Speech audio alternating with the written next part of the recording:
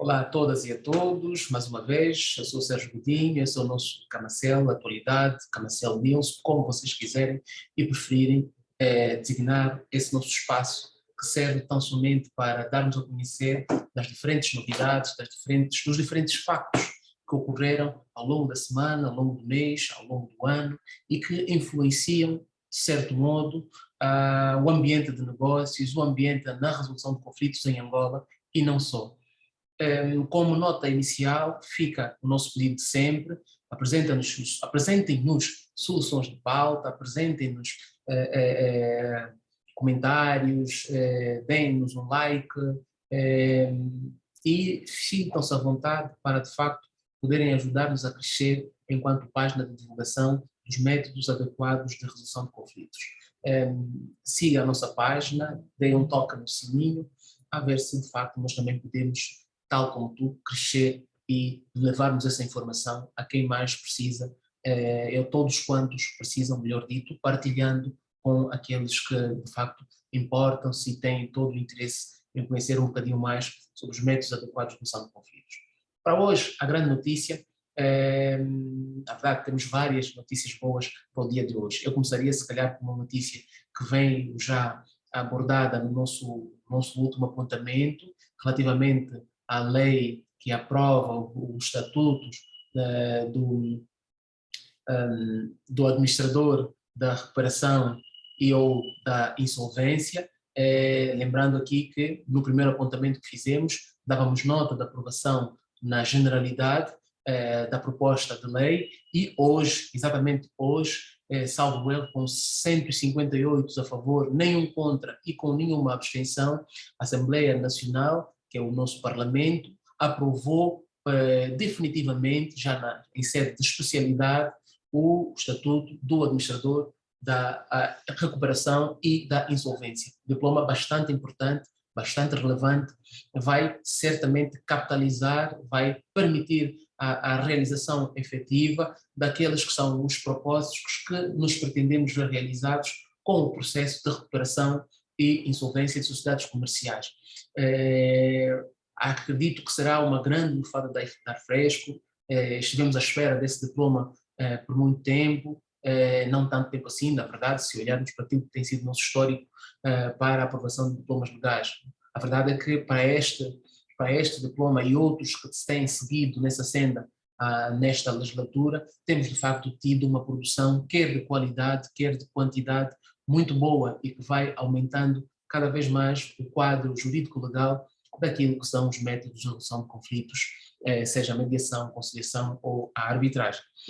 Mas para hoje, e a novidade que trago é exatamente na mesma senda, para falar a vocês de um diploma legal novo, publicado bem recentemente, publicado no dia 17 de março deste ano, e esse diploma que veio na senda da publicação de outros diplomas legais, mas aqui nós particularizamos com maior relevância o diploma legal que é a Lei 3/22 de 17 de março, que traz-nos aqui de facto a regulação sobre a lei orgânica do Tribunal da Relação do Ano.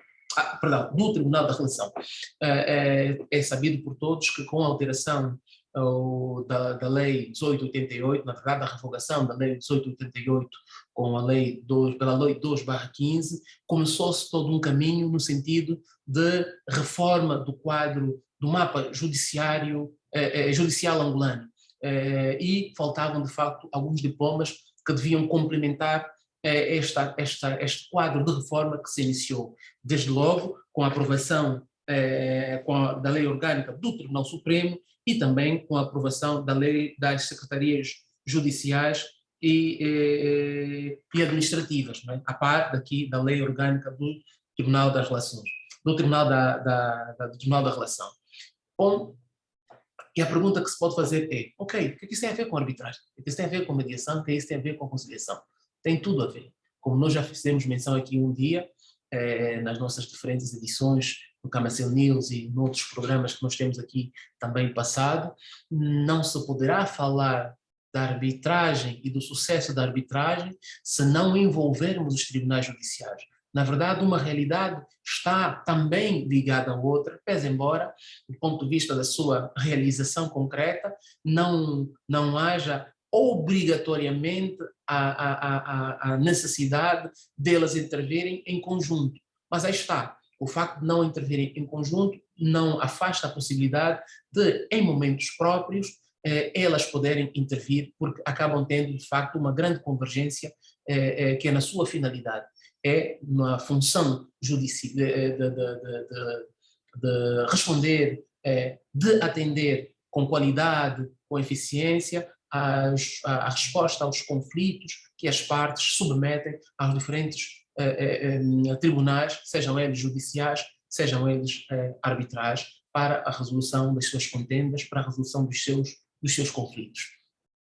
A lei orgânica dos tribunais da relação, nesse capítulo da judicialização da arbitragem, nos traz de facto aqui algumas matérias que nós entendemos serem bastante importantes. Bastante importantes por várias razões. Por um lado, porque nos trazem de facto aqui uma configuração diferente daquela que vínhamos tendo até agora, naquilo que vem respaldado na lei da arbitragem voluntária, por um lado. Por outro lado, porque também à luz do processo de reforma da lei de arbitragem voluntária, o legislador dá aqui um sinal daquilo que pretende ver ou daquelas que são eventualmente as suas opções para um futuro próximo no que virá a ser a reforma da lei de arbitragem voluntária angolana num ou noutro quesito que nós aqui vamos apontar e podíamos aqui de facto tocar em vários, mas aqui vamos fundamentalmente falar de dois quesitos principais, que são esses.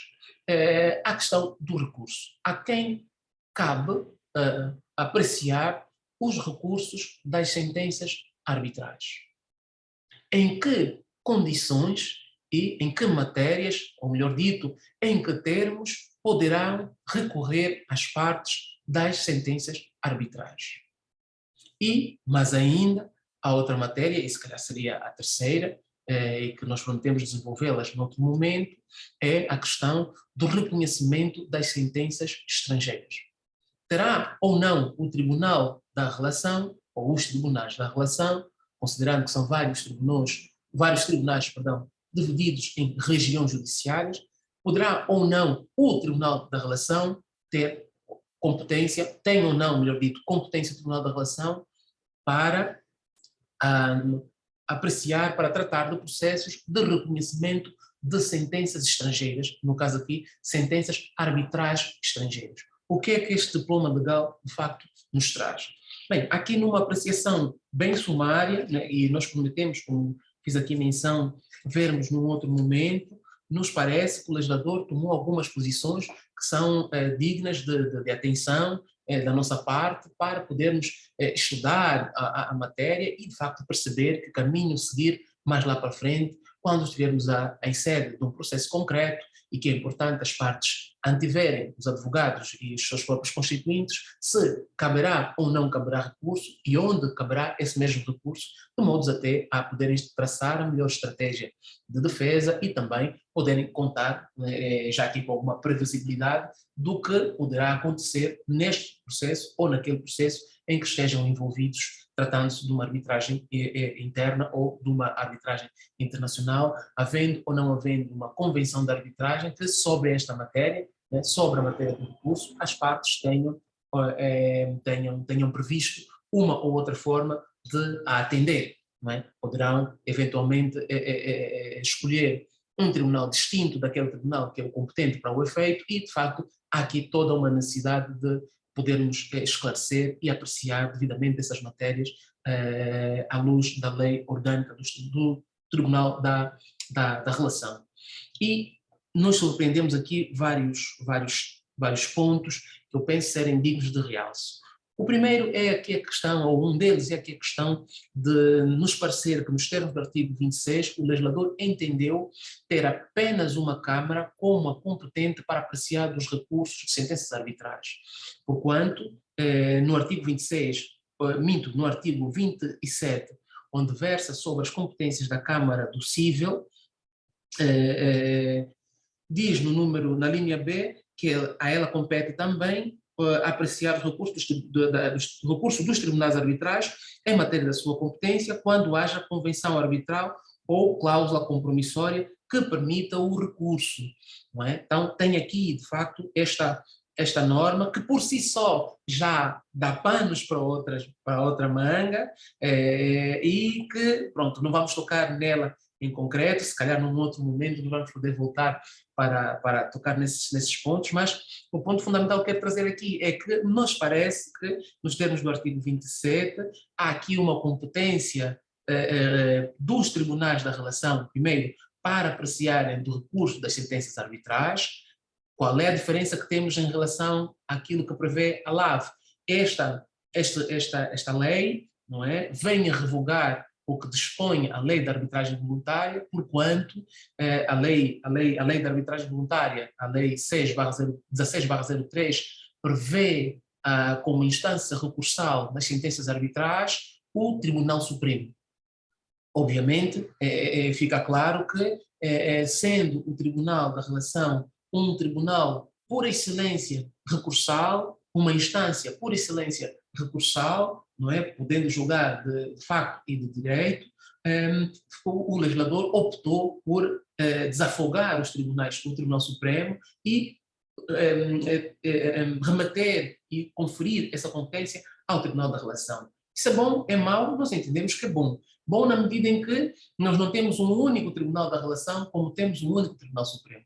Temos vários tribunais da relação, salvo erro, o mapa judicial angolano prevê a existência de tribunais regionais, e são num número, salvo erro, de 5 ou de 4 tribunais da relação. Isso permite, de facto, que os diferentes processos, dependendo do ponto de vista territorial, onde esta ou aquela arbitragem teve sede, poderem ser remetidos para a Câmara do Cível destes tribunais e, concomitantemente, ganharmos maior celeridade na resposta às sentenças que delas couberem recurso. Por um lado. Por outro lado, começamos também, de facto, a mitigar a questão que se prende com a dificuldade da escolha da sede da arbitragem, porquanto nós podemos, em função de determinada região, saber efetivamente que tribunal da relação será,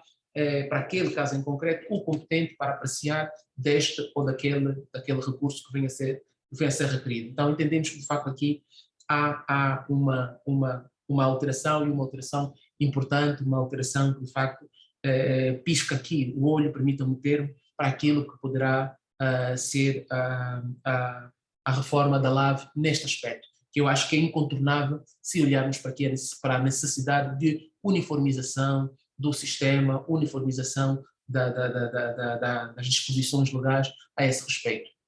Me parece claro que a lei da arbitragem voluntária, que está em fase de reforma, não poderá fugir a isto. De facto, deverá reconhecer aqui, mais uma vez, a competência do Tribunal da Relação para dirimir os conflitos em sede de recurso das sentenças arbitrais. Isto um ponto. Outro ponto é a competência que nos parece ser reservada para a Câmara do Cível do Tribunal da Relação. Ou seja, todas as câmaras poderão apreciar dos recursos que lhes forem remetidos das sentenças vindas de outros tribunais. Mas, no entanto, o reconhecimento, o recurso, perdão, das sentenças arbitrais, considerando a omissão que nós temos nas competências das outras câmaras, nos parece que o legislador entendeu criar aqui uma especialidade para a Câmara do Cível e reservou para essa única Câmara a competência para apreciar dos recursos das sentenças arbitrais.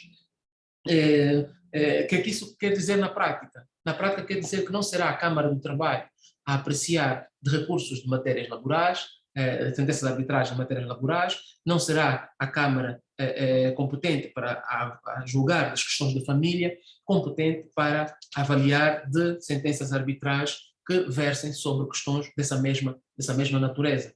Do mesmo modo, o aduaneiro ou o administrativo não serão as câmaras com competência especializada para as diferentes matérias judiciais às competentes à partida para apreciar dos recursos. Serão, sim, o que nos parece, né, podemos estar errados, mas numa visão assim muito por diagonal daquilo que é este diploma, bastante novo, volto a dizer, ele é datado de 17 de março, temos muito tempo para estudá-lo, para problematizá-lo, para avaliá-lo. De facto, ficamos com essa impressão. O legislador conservou essa competência exclusivamente à Câmara do Civil e do Administrativo. Da mesma forma, o reconhecimento das sentenças estrangeiras. O processo de reconhecimento de sentenças estrangeiras nos parece aqui que vem que todas as câmaras poderão reconhecer sentenças estrangeiras, mas, no entanto, fica aqui a questão de saber se das sentenças arbitrais estrangeiras também a competência será exclusiva da Câmara do Cível ou não. Me parece, assim, numa visão inicial, que o legislador sobre isso não se pronunciou. Se, por um lado, pelo conteúdo da norma, há uma competência exclusiva da Câmara do Cível para as sentenças, para tramitar os processos de recursos de sentenças arbitrais na Câmara do Cível, já não me parece o mesmo para a questão que se prende com o reconhecimento das sentenças estrangeiras arbitrais. Por quê? Porque a lei sobre isso nada diz. Em concreto, nada diz. E muito pelo contrário. Diz que, por exemplo, aqui, se olharmos para o artigo 28, que a Câmara do Trabalho é também competente, nos termos da sua linha B, para revisão de sentenças estrangeiras.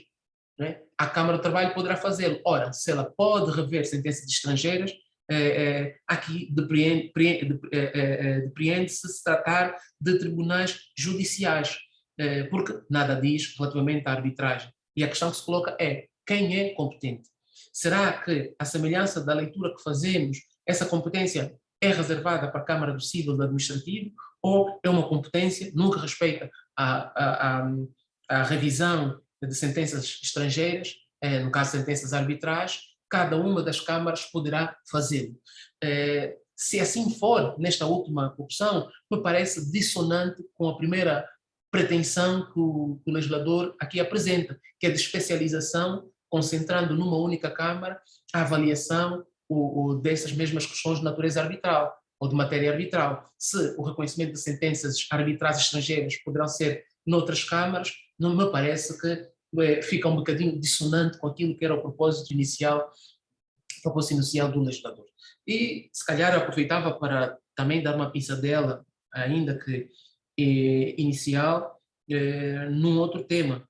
Ainda o entorno do 27, a linha B, fala-nos de recursos cujas partes tenham convencionado a possibilidade do recurso ou por via de convenção de arbitragem, no caso aqui seria de compromisso arbitral, ou por via da cláusula arbitral. Ou seja, dito de outro modo, a norma diz que dos recursos caberá competência à Câmara do Cível naquelas questões, naquelas situações, melhor dito, em que as partes, por via de convenção de arbitragem, seja ela cláusula arbitral ou compromisso arbitral, nós já sabemos a diferença entre uma e outra. Quem tiver alguma dúvida pode consultar nos outros vídeos e poderá ter uma noção bem mais precisa sobre isso, porque temos um vídeo em que falamos exatamente da convenção de arbitragem, inclusive apontamos sugestão de leitura também sobre esse tema, mas dizia que o legislador aqui, não sei se intencionalmente ou não, afastou aquelas situações em que, por imposição legal, poderá haver recurso. Ou seja, ele consagra apenas a possibilidade do recurso mediante convenção. Como todos nós sabemos, à luz da lei de arbitragem voluntária em vigor, a recorribilidade das sentenças arbitrais nacionais é a regra, não é exceção. Isso traz-nos um pequeno problema, que é a questão de saber como fica num processo em que as partes nada tenham convencionado relativamente à possibilidade de recurso. Ou seja, não há compromisso arbitral, nem há cláusula arbitral a admitir ou a não admitir o recurso. A LAV diz que, na falta de convenção das partes, a regra é a recorribilidade. Ou seja, não havendo o afastamento da regra, ela deverá ser aplicada. Quid iuris numa situação como essa? Eu acho que aqui faltou da parte do legislador aqui uma visão muito mais generalizada de todo o Instituto e da roupagem legal, se assim quisermos, que ela tem neste momento, porque ela coloca aqui em rota de colisão duas situações. Uma primeira, a previsão legal da recorribilidade ou não e os seus termos, outra, a competência do Tribunal da Relação. Porque fica aqui a ideia de que o Tribunal da Relação, no caso aqui a Câmara do Cível do Tribunal da Relação, só e somente terá competência para apreciar dos recursos cujas partes tenham convencionado a recorribilidade. Do contrário, não poderá ter competência para o fazer. Ou seja, se for poder de determinação legal, o Tribunal da Relação não poderá apreciar, porquanto a competência para a apreciação dos recursos pela Câmara do Cível do Tribunal da Relação se restringe única e exclusivamente naqueles casos em que as partes tenham convencionado. E, como sabemos todos, convenção de arbitragem é compromisso ou cláusula compromissória. Não não se coloca naquelas situações em que a própria lei e por imposição e obrigação legal tem de haver ou pode haver um recurso. Então, está aqui um primeiro problema que, do ponto de vista da hermenêutica, nos vai, de facto, trazer aqui alguns rios de tinta e vai nos fazer pensar e repensar nessa situação, de modo a não colocarmos obstáculos na realização dos trabalhos dos tribunais da relação. Outra situação que nos parece aqui também haver alguma omissão ou eventual confusão da parte do legislador, daí a omissão, é o facto de nada dizer a lei relativamente às anulações. Como sabemos, a sindicância sucessiva de uma sentença arbitral por um tribunal judicial, a impugnação de uma sentença arbitral por um tribunal judicial pode ocorrer ou por via do recurso, que consiste na reapreciação do mérito dessa decisão, ou por via da anulação, que consiste fundamentalmente na apreciação da existência ou inexistência de alguma violação a critérios formais que prendem-se com o procedimento arbitral. Então, são formas de sindicâncias distintas. Aliás, se olharmos para as diferentes ordens jurídicas, brasileiras, portuguesas e outras, poderemos ver de forma muito clara essa diferença. Não há a recorribilidade, porém há sempre a anulação, no caso do ordenamento jurídico brasileiro, exatamente porque são, do ponto de vista do procedimento arbitral, do direito processual arbitral, são temas totalmente diferentes. A anulação não é o recurso, e o recurso não é a anulação. São, sim, ambas formas de sindicância sucessiva ou de impugnação de uma decisão. Mas, no entanto, não são a mesma coisa no que respeita à avaliação ou à nomenclatura, se quisermos, e à própria aplicação do instituto jurídico como tal. E nos parece que há aqui uma omissão. Se há essa omissão, quid iuris? O que aplicar? A lei da arbitragem voluntária ou a lei orgânica dos tribunais da relação? E o problema se há de colocar na mesma medida. Se for a lei orgânica dos tribunais da relação, terão competência para o efeito quando a lei sobre isto nada diz. Se for a lei, a LAV, que tribunal será o competente para o efeito? Continuará a ser o Tribunal Supremo em face da omissão que temos aqui ou não? Então, há aqui, de facto, uma série de questões que nos desafiam a uma avaliação muito mais concreta no que respeita à aplicação efetiva desta lei, e que, quero acreditar, aliás, não tenho dúvidas, é uma boa lei, vem aqui, de facto, preencher uma lacuna importante, mas, no entanto, nos cria aqui, nos traz alguns desafios que, do ponto de vista do tribunal, do ponto de vista da hermenêutica, vão, de facto, fazer-nos repensar e pensar naquilo que serão as melhores, ou que poderão ser as melhores soluções para viabilizar a aplicação efetiva e não criarmos qualquer confusão relativamente a estas matérias, não é? Pronto, então são esses os desafios. Estamos todos convidados a pensar e a repensar relativamente a isto. Mas, no entanto, no final do dia, há um ganho muito grande com a entrada em vigor desta lei. Há um ganho imensurável com a entrada em vigor desta lei, desde logo a possibilidade de os tribunais da relação poderem responder de forma muito mais célere aos eventuais recursos que possam ser requeridos a esses mesmos tribunais, ter uma Câmara que, com especialidade, poderá tratar destas matérias, permitindo que os seus juízes e procuradores possam, de facto, ter um expertismo diferenciado e uma qualidade na decisão das decisões, das sentenças arbitrais, e, de facto, permitir também que a questão que se prende com a sede da arbitragem possa estar mais fácil de resolver, considerando que teremos várias regiões judiciais com vários tribunais da relação e assim não temos que fazer aquela procissão à Luanda para podermos ver o processo a ser distribuído no Tribunal Supremo de forma rápida e não perdemos aquele tempo que se faz nas províncias, nas demais províncias, até o processo chegar a Luanda, até ser distribuído. Pronto, então é aqui um fator que fica desde logo afastado.